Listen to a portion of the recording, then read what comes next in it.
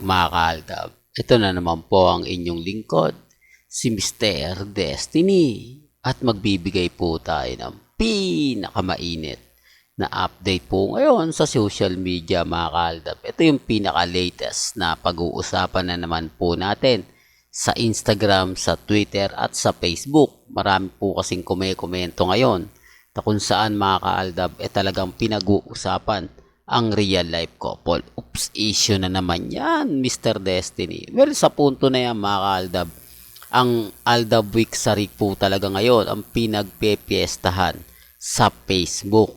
Napakaraming update, napakaraming post at talaga naman pong naninindigan sa pagmamahala nila Mengay at ni Alden Richards mga kaaldab. Alam nyo,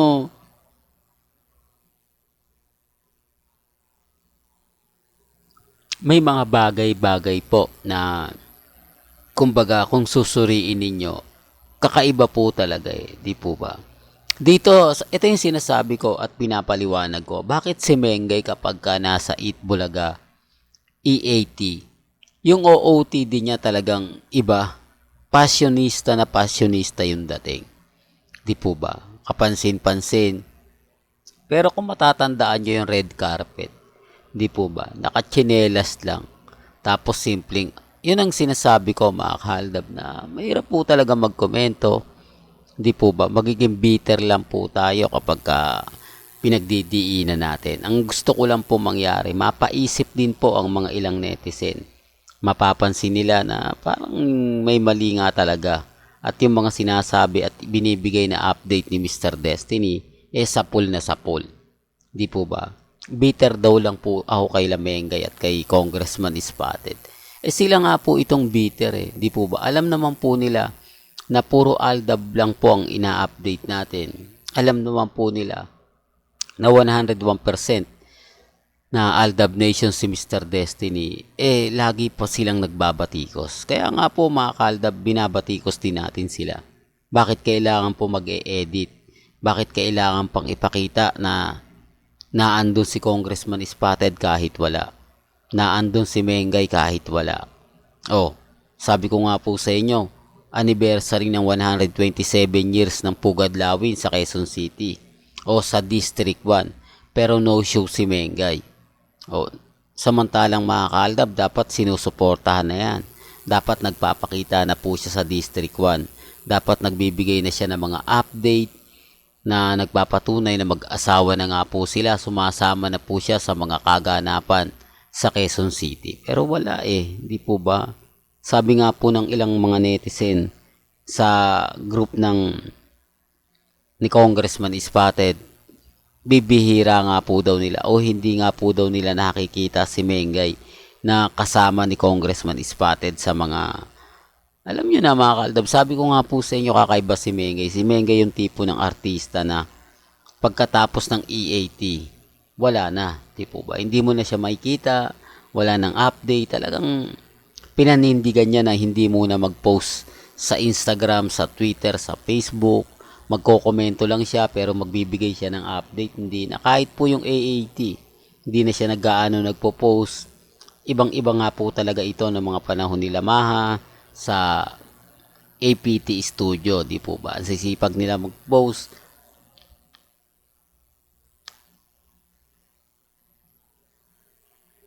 Ang sisipag nila mag-update. Sinasabi ko lang po yung totoo. Di po ba? Ang problema lang mga kaaldab, sinasabi nilang sobrang busy daw ni Mengay dahil sa pag-aasikaso. Common sense na lang po mga kaaldab. Sabi ko nga po sa inyo, kung pag-aasikaso lang yung gagawin niya, di hindi muna siya mag-EAT. Ibig kong sabihin, pahinga muna siya. Di po ba? Ito nga lang po yung bagong kasal na trabaho agad pagkatapos ng 2 linggo. Doon kino-question ako mga kaaldab. Sinasabi nila bakit daw po pinakikialaman ni Mr. Destiny ang buhay ni Congressman Spotted at ni Mengay. Siyempre nasa showbiz po sila Di po ba? At yun naman po talaga yung mga ina-update natin.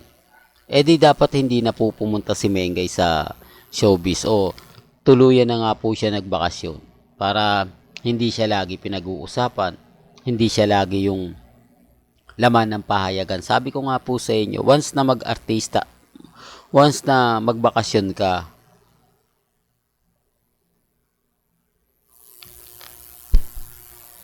sa showbiz, 5, 4,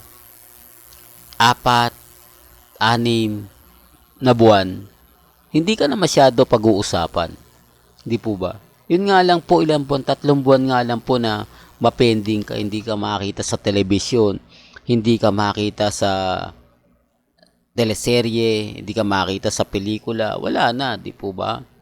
Kumbaga, hindi ka na talaga pag-uusapan. Yan ang katotohanan ngayon. Hindi po katulad nung dati, ng mga panahon na kapag nawala ka ng ilang buwan, talagang paglabas mo sa telebisyon ay tututuwang ka talaga ng gusto. Talagang mamahalin ka, talagang pagpepiestahan ka.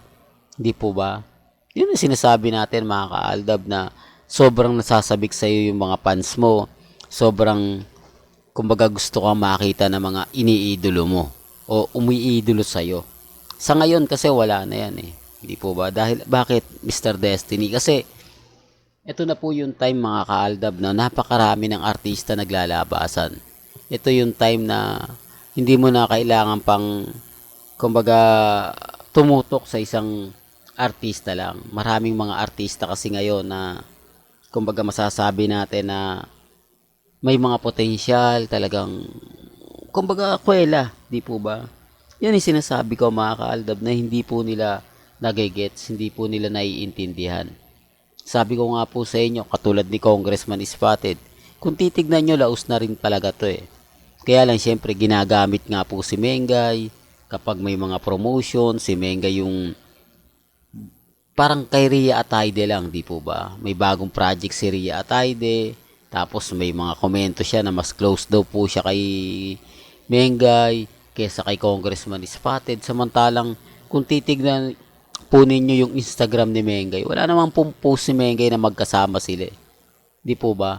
Simula 2019. Ganon din naman po si Ria Atayde. Tignan nyo po 2019.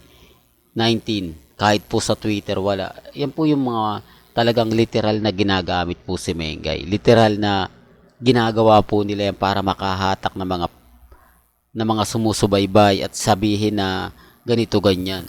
Di po ba? Tanungin nyo nga po yung update, wala nga po yung ganap eh. Sinasabi ko lang po yung katotohanan mga kaaldab para lang po sa mga taong dumadaan at bumibisita po sa channel natin. Kakaiba nga po talaga, lalo na po kay Alden Richards.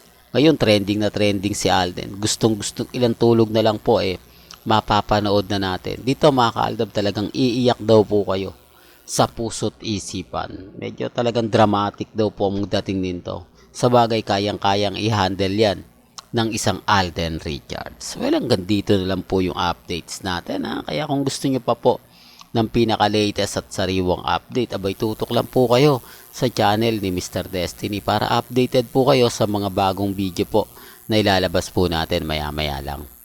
Hanggang sa muli, salamat po sa panonood at pakikinig.